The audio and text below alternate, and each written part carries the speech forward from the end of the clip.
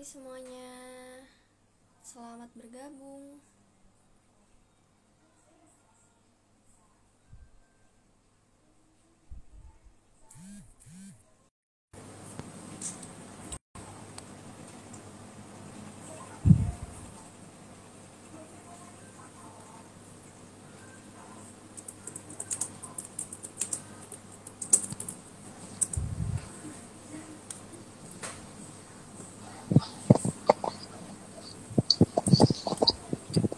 Halo Kak Jun.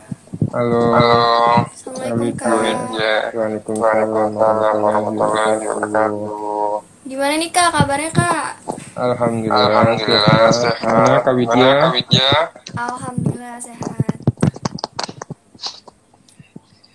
Kita perkenalkan diri dulu aja Kak ya Kak.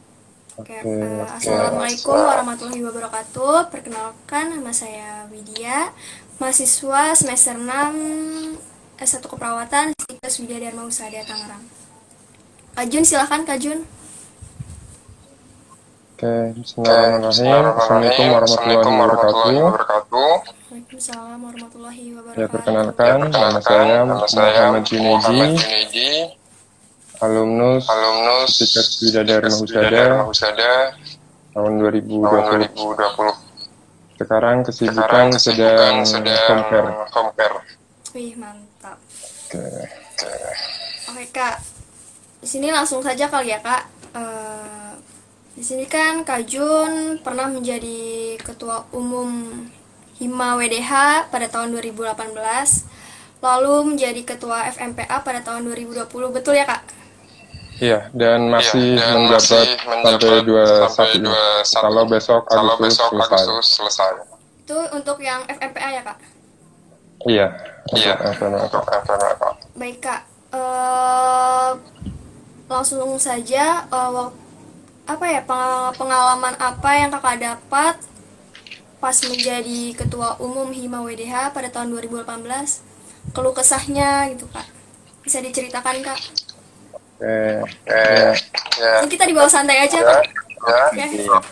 Malam minggu ya. Iya betul. Santai. Nah, sesuai dengan tema kita. Bergerak dalam harmonis. Nah, berarti ini kita harus beradaptasi nih dengan keadaan yang mengeratkan sama lain untuk menguatkan diri kita.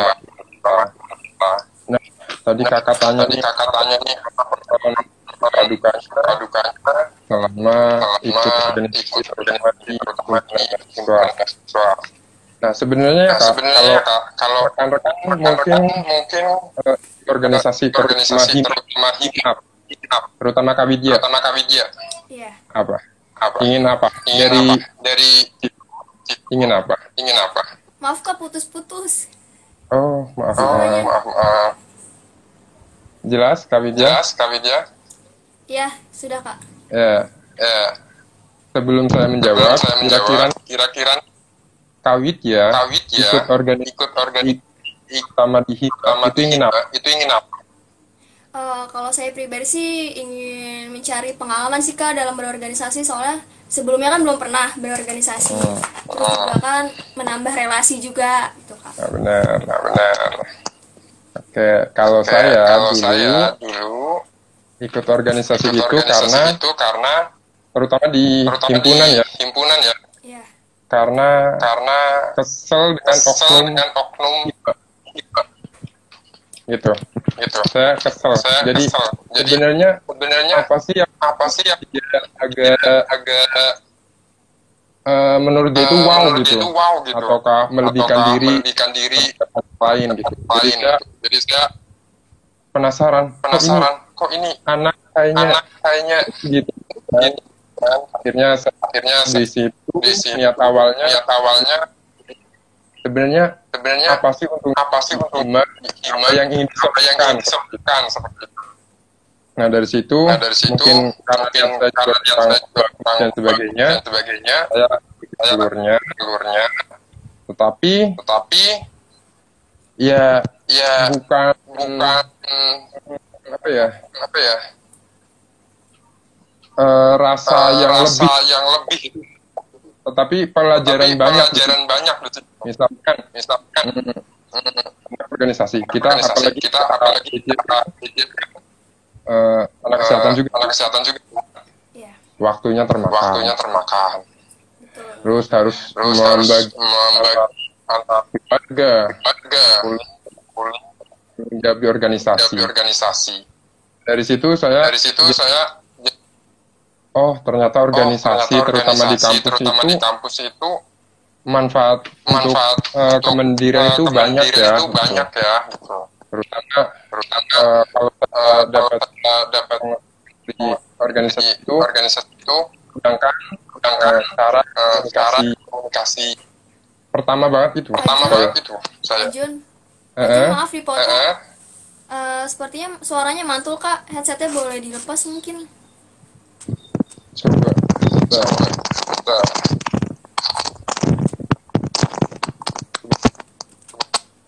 Udah jelas Kak Widya? Kalau dari saya sudah kak. Sudah, oke, berarti enggak. Dari niat yang kurang kayaknya masih Kak. Mantul. Iya mantul.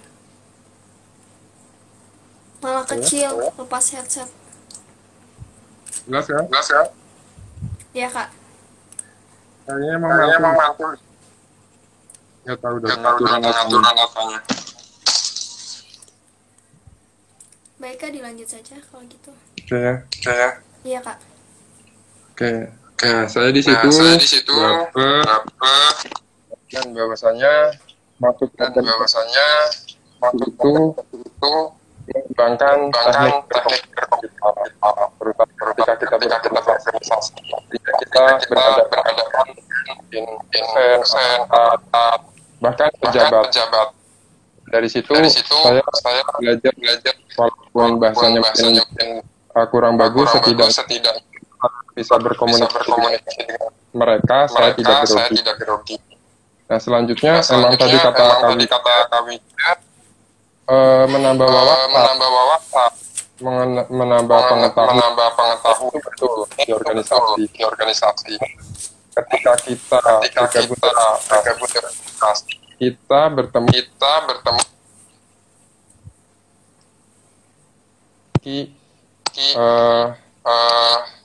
pandangan ataupun pengetahuan yang berbeda-beda.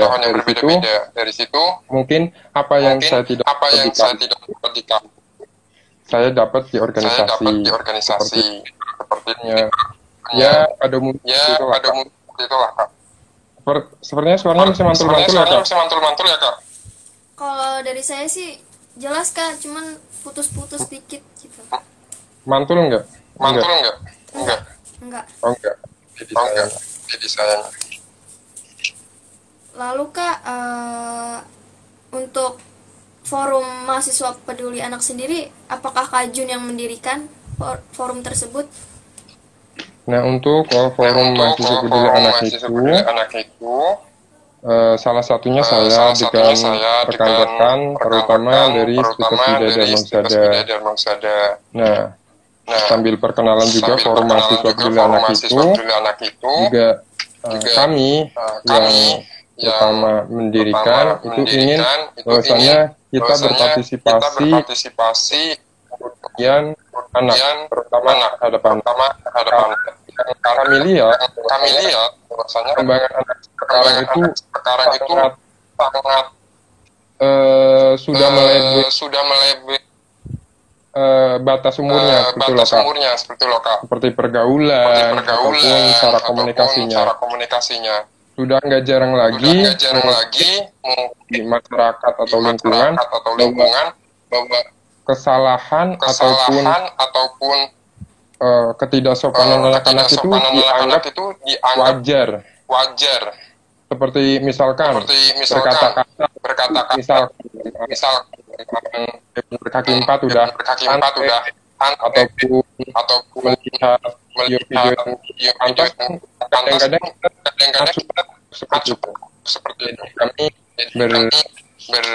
orang terutama dari rekan-rekan telah membentuk forum mahasiswa.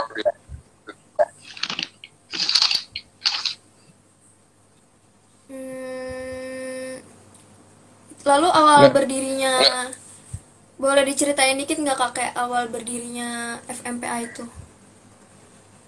Awal berdirinya Bisa untuk rekan didirikan. suaranya jelas. Nih. Ada yang komen katanya suaranya mantul Kak, tapi di saya jelas tapi sedikit putus-putus.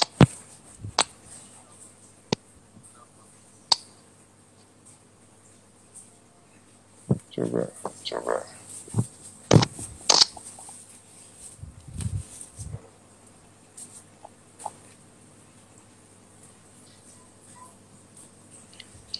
Cek.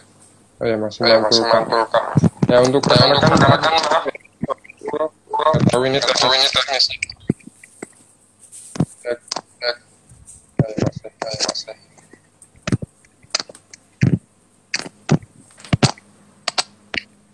Cek. Jelas ya Kak? Tadi aku berdirinya kayak Kak. Nah, oke. Aku tahun 2019 Kak. Intinya rekan-rekan seperti yang tadi dijelaskan, inilah kita mahasiswa partisipasi dalam perlindungan anak itu. Dengan kejadian ada kami merasa tergugah suatu forum mahasiswa kita forum peduli anak ini oleh Tangerang Selatan seperti itu. Jadi kami dibimbing diarahkan oleh Pemkot Tangerang Selatan seperti itu Kak. Gitu Kak, baik.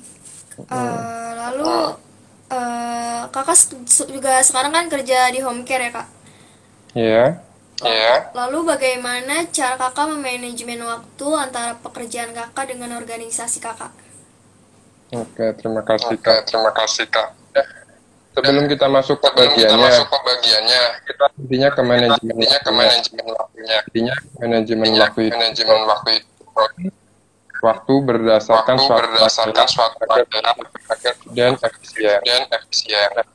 Bagaimana sih caranya untuk sebelum kita ke suatu kegiatan atau waktu itu harus memiliki agendanya Kak. Misalkan rencana nih di pekerjaan, di organisasi, di rumah. Nah, sebelum kita bikin rencana, kita evaluasi nih kemalahan. Misalkan ini kegiatan organisasi akan mengadakan sebuah pertemuan. Nah, kira-kira saya bisa hadir di situ.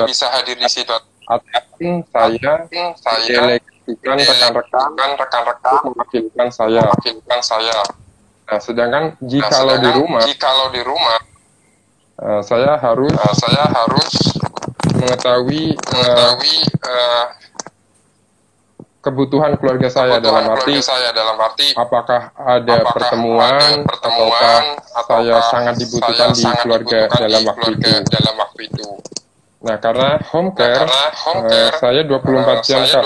Jadi tinggalnya di rumah pasien. Jadi ketika saya ingin melakukan kegiatan organisasi, jadi saya harus izin ke intinya komunikasinya Kak. Karena kita 24 jam di sini, kita memanfaatkan waktu itu. Dan gak jarang kita organisasi terutama yang cowok-cowok paling ekstrimnya itu ketika saya istirahat jam 10 malam pulang nengok habis itu sampai jam 11 dilanjutkan pertemuan dengan organisasi jam 1 sampai jam 2. Dari situ saya lanjut pulang setengah 3, setengah 4. Itu paling ekstrim. Waktu paling ekstrim itu sampai tidur. Itu sih Kak. Terus sebenarnya manajemen waktu itu ya sesuai porsi kita Kak. Ada tipe yang disiplin dan selalu mendokumentasikan. Misalkan dari bangun tidur sampai tidur lagi, dia sudah mengadekan sudah struktur. Jadi anak-anak itu hidupnya terarah dalam arti nanti saya jam 9 sholat, selanjutnya jam 1 siang saya harus refreshing. Terjadwal gitu ya Kak. Nah, terjadwal. Sedangkan kalau tipe saya melakukan cuman di jam 1 seperti ini tidak ditentukan. Jadi kelemahannya jika lupa ya udah bukti itu lupa. Seperti itu sih Kak. Baik, sebelum lanjut, kalau misalkan ada yang mau nanya silahkan ya, tulis di kolom komentar. Baik Kak, setelah itu manfaat organisasi bagi kakak itu apa aja sih Kak? Manfaat organisasi gitu ya. Oke. Banyak kan kakak Manfaat organisasi. Mungkin Kak Bija dulu dah. Kasih. Yang biasanya yang lebih jenis mantap. Ya, kalau saya pribadi sendiri sih manfaat pribadi organisasi dari saya apa ya? Lebih ke mencari kegabutan sih Kak. Itu. Iya. Biar enggak galau. Biar enggak stres mikirin kuliah. Iya, karena awal ikut organisasi juga tujuannya itu ya nyari kegabutan. Lebih ke situ sih Kak. Situ. Tapi nyaman ikut organisasi. Sejauh ini nyaman Kak. Sejauh ini nyaman. Oke. Kalau dari saya ada 6 manfaat yang mungkin rekan-rekan juga bisa rasakan. Pertama yang tadi meningkatkan kemampuan dalam Nah, dari situ kita itu di organisasi pasti dituntut berbicara di depan umum seperti itu. Entah ke anggota ataupun ke masyarakat. Itu biasanya. Nah, kadang-kadang kita berkomunikasi tanpa persiapkan kan, kalau tidak biasa, pastinya kita udah panik duluan. Udah keringat dingin. Jadi ketika saya masuk organisasi kok setidaknya saya tampil di depan umum. Ya tidak grogi amat. Saya udah lama enggak seperti ini juga saya termasuknya udah lama enggak berkomunikasi di depan secara virtual. Ya masih sedikit karena beda virtual langsung kalau virtual. Nah, selanjutnya memperluas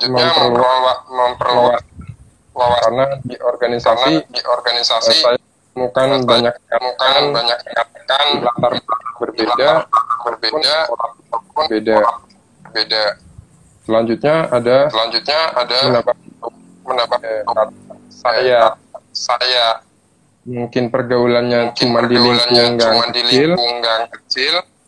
Ketika saya ada di organisasi, saya setidaknya ada peluang untuk ruang lingkup yang lebih luas. Selanjutnya ada meningkatkan jiwa kepemimpinan Kak. Pastinya kalau rekan-rekan ikut organisasi, pastinya sedikit demi jiwa kepemimpinannya terlatih. Minimal banget itu mimpi. Jadi di situ kita harus mengendalikan anggota sedang mengendalikan diri, tidak emosi. Intinya melatih jiwa kepemimpinan. Selanjutnya ada melatih rasa pastinya Kak Widya selama pernah menjadi penanggung jawab.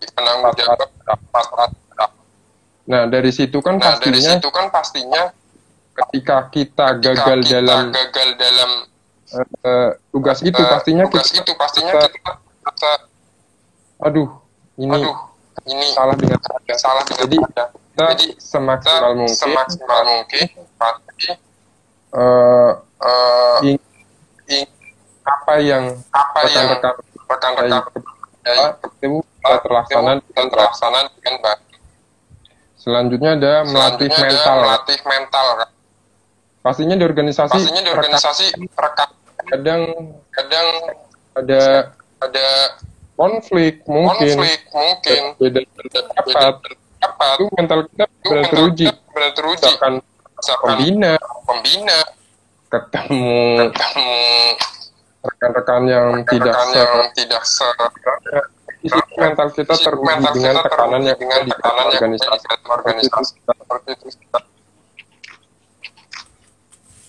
Baik.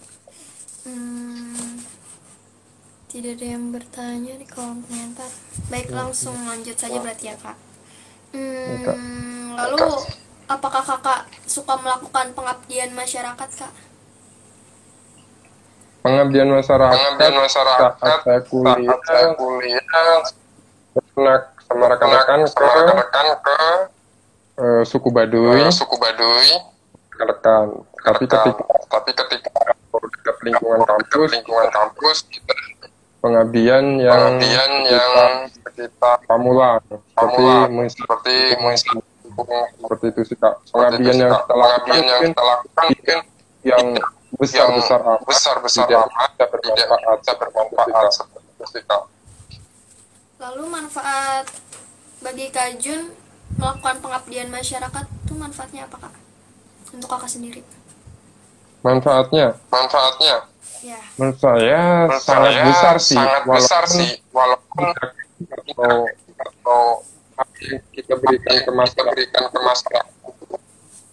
mungkin menurut kita itu tidak jadi edukasi ataupun sosialisasi dari membantu masyarakat dalam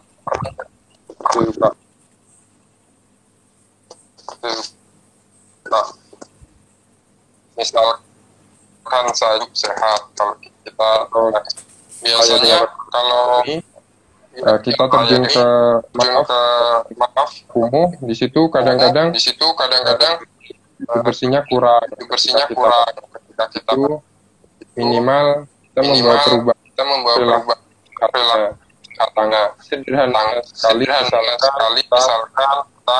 cara yang baik dan benar kita melakukan kebersihan hari-hari seperti itu kecilnya.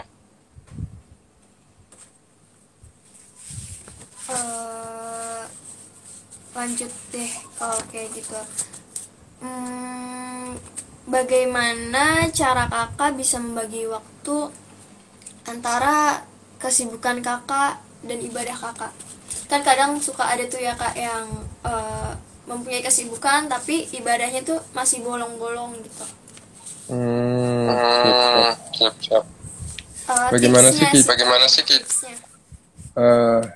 Ibadah bulan ya Kak.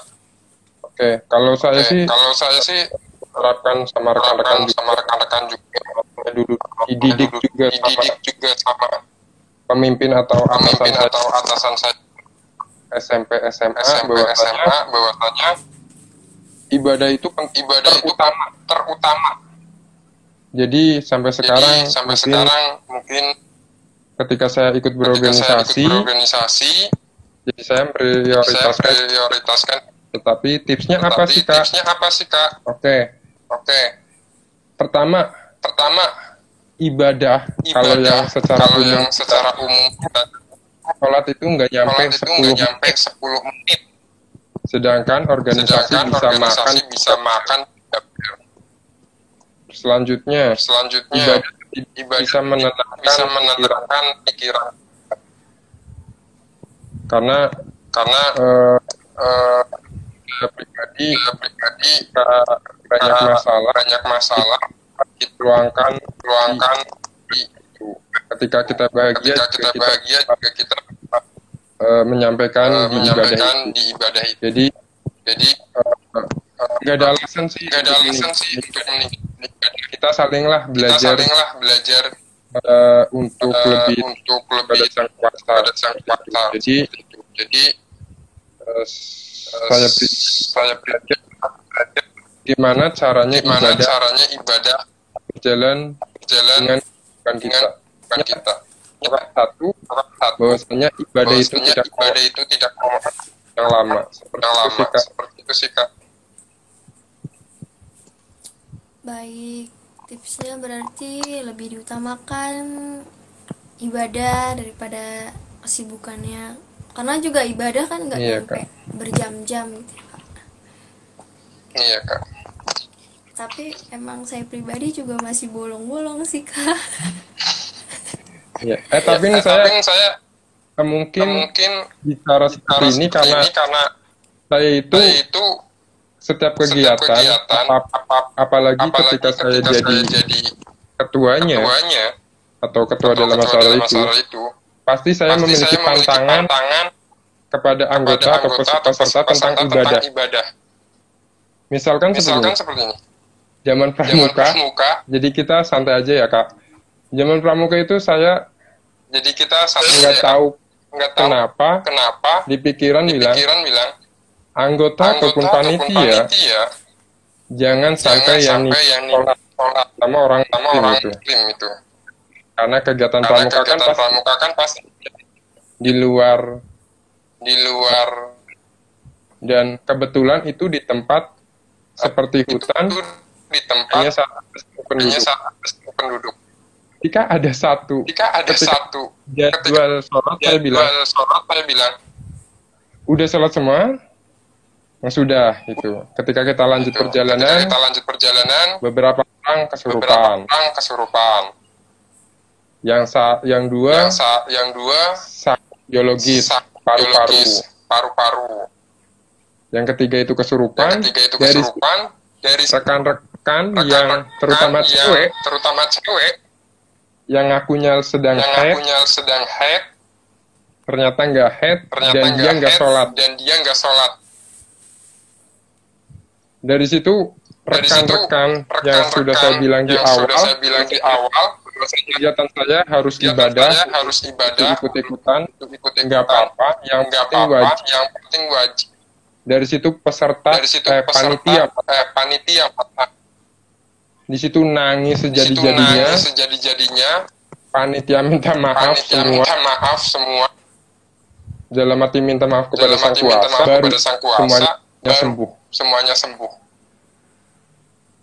Di situ juga intinya banyak cerita yang yakin bahwasanya ibadah itu yang nomor satu seperti itu. Jadi mungkin kalau rekan-rekan belum menemukan hal yang di luar, kadang ya udahlah nggak salah. Mungkin masih muda inilah. Banyak seperti itu kan kadang dipikir. Ya sesuai dengan godaan yang ada seperti itu sih Kak. Kadang-kadang sibuk dengan ya saya juga mengalami yang seperti itulah. Nggak sholat gitu. Zaman SMP gitu. Karena saya belum yang membuat saya yakin bukan yakin di situ ya. Jadi, sampai sekarang rekan-rekan jika bergabung sama saya, terutama tentang hal ibadah, paluan-wanti bahasa Jawanya. Itu sih Kak pengalaman mungkin saya ibadah seperti itu. Baik, Kak Jun, di sini ada yang bertanya. Engga Erlangga 14. Izin bertanya, cara manajemen waktu yang baik versi Kak Jun itu bagaimana? Aduh, terima kasih Kak Engga pertanyaannya. Versi terbaik bagi saya. Pertama, prioritas menyusun prioritas utamanya Kak. Nah dari situ kita kembangkan lagi resiko ataupun kendala-kendala yang akan terjadi pada kegiatan yang akan kita lakukan. Misalkan saya akan melakukan olahraga. Misal, di situ saya harus dapat mengendalikan bagaimana cara waktu olahraga saya efektif dan efisien, tidak diganggu oleh orang lain. Jadi hal-hal kecil itu yang mungkin akan muncul, misalkan di masa pandemi saya menutup pintu untuk mengendalikan masalah yang akan terjadi ke depannya. Nah, selanjutnya ketika kita disudutkan dengan dua kegiatan, kembali ke prioritas yang awal, kita mengecek lagi seberapa penting kita itu dan kemungkinan kita ketika kita bisa melakukan secara langsung. Ketika kita dapat mendelegasikannya, kita delegasikan ke orang lain. Nah, kita juga ketika mengatur manajemen waktu, jangan takut mengatakan tidak. Karena biasanya kita itu ketika kita fokus hal yang sudah terjadi, ada teman atau mungkin siapalah yang berpengaruh terhadap organisasi ataupun terhadap kita itu nggak enak mengatakan tidak, sehingga kita melantan yang sudah diatur tadi kan enggak.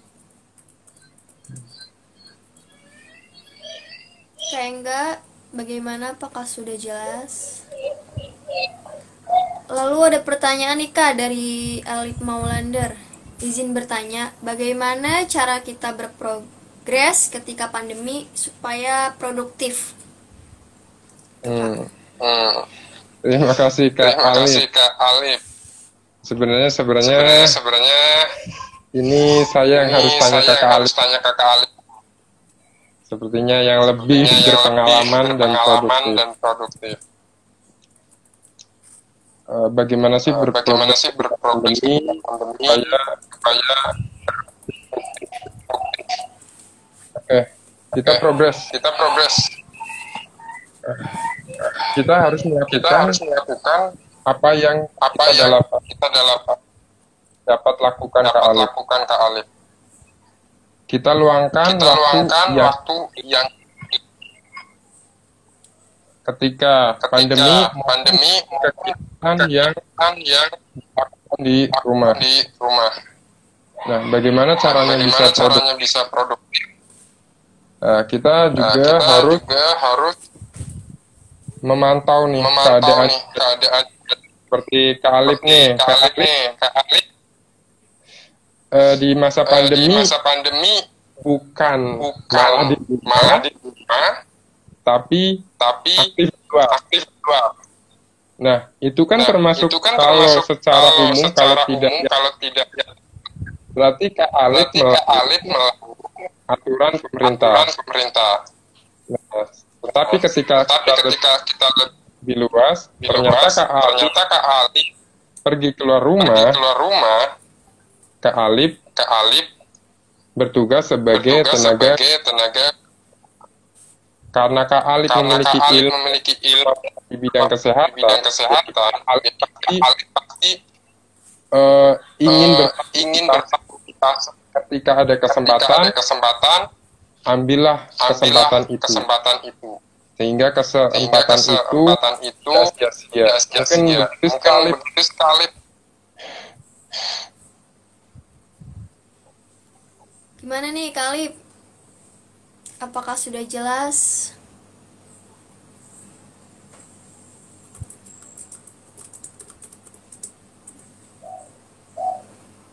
Mungkin sepertinya sudah jelas Kak. Udah, Kak. Sebentar, ada yang ingin bertanya lagi? Ayo silakan yang mau bertanya. Ada yang mau gabung di FMPA juga. Ayo sok silahkan dia Kak. Silakan Silakan ya, ya, Sok. Nah, mungkin Nah, kita mungkin ngobrol kita santai ya, aja. karena saya juga lagi kurang enak badan dan sebagainya, mungkin ngomongnya juga mungkin ngelantur. Mungkin malam minggu kita ngobrol asik aja lah Kak. Iya betul Kak. Di bawah santai. Oke. Kak, saya malah mau bertanya nih Kak Widya. Apa tuh Kak? Kak Widya, pengalaman unik apa nih yang Kak Widya rasakan dan berkesan? Kalau Kak Widya kan mungkin junior dari junioran itu jujurnya muncul. Hal yang cukupin. Apa Kak? Maaf putus-putus.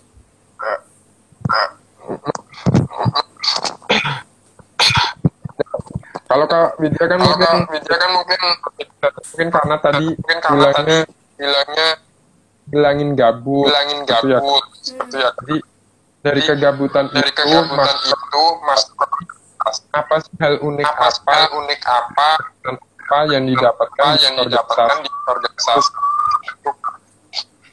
Hal unik apa yang didapatkan di organisasi? Ya gimana ya? Sebenarnya banyak sih Kak hal unik apa dari hal yang menyenangkan, nggak menyenangkan. Ya hal yang menyenangkannya kita bisa ngedapetin pengalaman itu mungkin dari proker ya Kak, dari kegiatan-kegiatan gitu.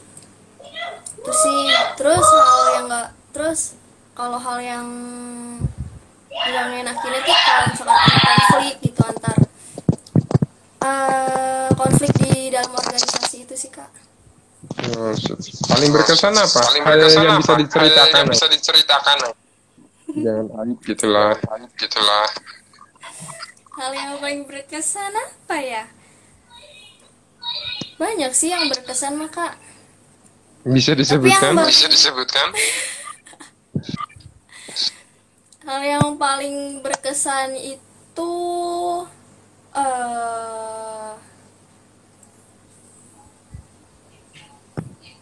hal yang paling berkesan di organisasi itu di saat kita bisa menyelesaikan masalah gitu Kak, dari konflik itu. Gitu sih Kak. Ya, kayaknya masih malu-malu kawin nih. Dipancing sih Kak. Iya, masih malu-malu. Karena virtual juga saya nggak bisa dalam takut kendala. Kak Jun, di sini ada yang nanya lagi nih Kak. Dari Dea Delis, tips dong Kak, gimana jadi pemimpin yang baik di organisasi? Oke. Oke. Oh, maaf nih Oh, maaf nih suaranya suaranya banyak. karena di sini juga banyak anak-anak banyak anak-anak mungkin berbeda pendapat sama kakak-kakak. sama kakak-kakak. Oke. Oke. Bagaimana sih cara Bagaimana menjadi sih cara menjadi pemimpin? jadilah pemimpin Jadilah yang pemimpin yang sesuai dengan versi kita. versi kita. Jangan Jangan menjadikan diri kita sebagai orang lain. Itu. Karena ketika kita berusaha menjadi diri orang lain, pastinya kita menjalankan juga tidak enak. Nah, ketika kita ingin menjadi pemimpin yang baik, lakukanlah kegiatan, lakukanlah apa yang kita lakukan itu bisa diterima. Dalam arti kita melakukan sesuatu seperti kita melakukan maaf. Intinya pemimpin yang baik ya kak, menjadi diri sendiri. Selanjutnya harus memahami anggotanya. Ketika kita sudah paham bagaimana cara berkomunikasinya, kita sampaikan pemikiran kita. Dan sebagai pemimpin yang baik, kita jangan takut dievaluasi. Seperti itu kak. Intinya jadilah diri sendiri. Kak Jun, aku mau nanya dong kak. Iya. Misalkan nih kak, kan kakak pernah menjadi pemimpin gitu ya kak di Hima. Lalu misalkan anggotanya tuh kayak banyak yang nggak sepakat. Misalkan kakak ngomong A terus dia nggak sepakat. Kalau kakak tuh berpendapat A, itu apa yang kakak lakukan gitu kak? Ketika dalam pendapat kak, pertama dengan pendapat saya mungkin saya tipe orang yang mungkin tidak terlalu kaku dengan keputusan saya.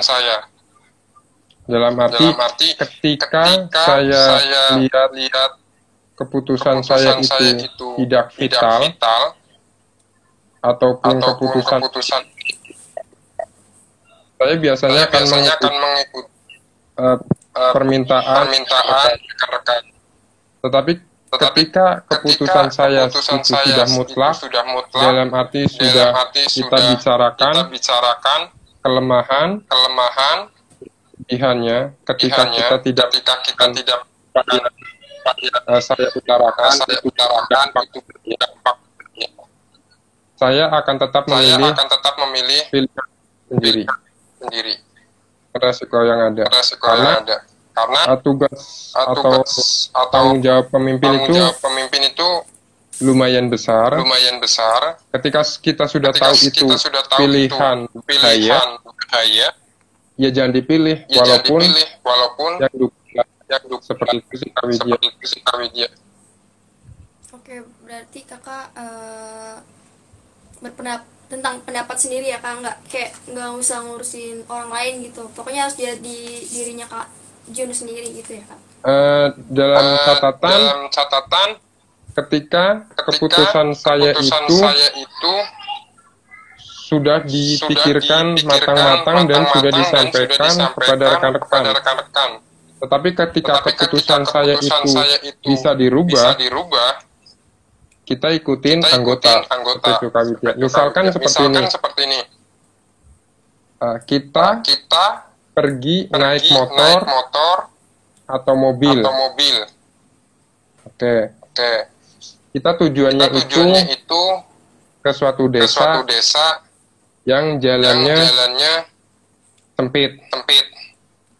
Hanya muat satu buat jalur mobil. Nah, di situ Nah, saya di situ saya mengambil mengambil keputusan kita ke sana kita naik ke sana motor. naik motor. Rekan-rekan mintanya Rekan-rekan mobil. mintanya mobil. Saya di Saya sini di sini pasti akan tetap memilih motor. motor. Karena di situ Karena di jalannya situ jalannya curam, curam, hanya muat hanya satu muat mobil. satu mobil. Jadi ketika keputusan saya kalau tidak dilakukan berbahaya, jadi saya tetap ikuti keputusan sendiri seperti itu, Kak. Tetapi demokrasi tetap berjalan seperti itu, Kak. Baik Kak, di sini ada yang bertanya nih, bagaimana jika kita menemukan sebuah keburukan dalam sebuah organisasi? Langkah apa yang harus kita lakukan? Berdiam diri atau mengikuti? Apa melawan atau memperbaiki gitu Kak? Oke, terima kasih. Terima kasih. Salah satu alasan saya masuk organisasi juga ingin mencari kekurangan saat itu. Bagaimana kita ikuti, diam, atau memperbaiki. Yang pertama kita harus lakukan dengan rasa. Dalam arti seperti ini, Kak. Ini organisasi ini udah milik saya, udah bagian dari saya. Ketika ada kekeliruan, kita pasti akan berusaha untuk memperbaiki. Tetapi tidak memusuhi rekan-rekan yang melakukan kesalahan. Karena kita tahu bahwasanya dalam organisasi itu kita satu keluarga. Jadi sejelek-jelek apapun, sebeda pendapat apapun, kita wajib menyampaikan hal yang mungkin bisa merubah keburukan itu menjadi baik tanpa memusuhi rekan-rekan yang melakukan kesalahan. Seperti itu sih, Kak. Intinya lakukan dengan kasih sayang seperti itu. Jadi ketika konflik ini biasanya di organisasi kita bukan konflik dengan pola pikir. Tetapi kita konflik malah dengan orangnya. Jadi itu tidak membuat masalah itu semakin baik, tetapi masalah itu semakin menjadi karena kita tidak sukanya terhadap orang itu, bukan pola pikirnya. Seperti itu sih, Kak. Baik Kak John, terima kasih. Sebentar lagi jam 21.00. Kak John, apakah ada yang ingin diceritakan lagi Kak mengenai organisasi atau tentang kesibukan Kakak sambil menunggu waktu jam 21.00? Jam berapa? Nanti bentar. Ayo yang mau bertanya. Kalau dari saya pribadi, terhadap rekan-rekan yang ingin bergabung di organisasi, bergabunglah ke organisasi yang memiliki tujuan yang sama dengan kita. Karena kunci di organisasi kan sebuah wadah yang di dalamnya terdapat sekumpulan orang yang terpimpin atau terkendali serta bisa dijalankan secara sistematis dan rasional untuk mencapai tujuan bersama. Ketika kita ikut organisasi yang tidak sejalan dengan kita, itu malah ngebeban. Bukan mencari manfaat di dalam organisasi, malah berseberangan dengan arti organisasi itu sendiri. Jadi saya harap ketika rekan-rekan ingin ikut ke organisasi, pelajarin dulu nih tujuan organisasi. Jadi jangan asal ikut-ikutan, ataupun karena di situ ada orang yang kita suka. Karena sesuai dengan arti organisasi itu tidak selaras. Gitu sih Kak. Punya semangat terus. Dalam organisasi itu. Jadi ketika kalian berorganisasi, relasinya semakin banyak dan dia lebih mudah seperti Kak. Jadi jangan berorganisasi.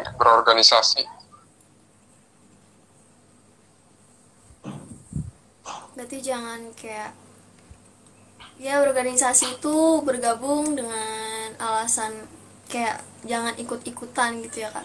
Jadi jatuhnya malah apa ya, mungkin banyak sih orang yang kayak gitu, maksudnya awalnya kayak ikut-ikutan, kayak cuma nyari kegabutan. Terus juga dampaknya dari situ tuh mungkin banyak yang nggak aktif nantinya karena alasan dia awalnya kayak gitu, cuman ikut-ikutan gitu. Jadi nggak berkomitmen gitu Kak di organisasi itu. Benar. Kecuali ketika niat jelek awal kita rubah. Itu mungkin bisa setelah dengan rekan-rekan seperti itu sih Kak.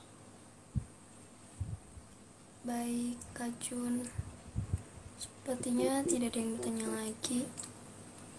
Mungkin kita sudahi saja kali ya Kak untuk talk show malam ini. Oke. Oh iya Kak, saya juga minta maaf. Iya. Mungkin tidak memuat obrolan ini Kak. Keadaan hari ini sangat memungkinkan ternyata. Terima kasih ya Kak Widya ya. Ya Bang Jun, cepat sembuh ya Kak. Semoga difitkan kembali. Amin. Baik Kak Jun, terima kasih semuanya. Assalamualaikum warahmatullahi wabarakatuh.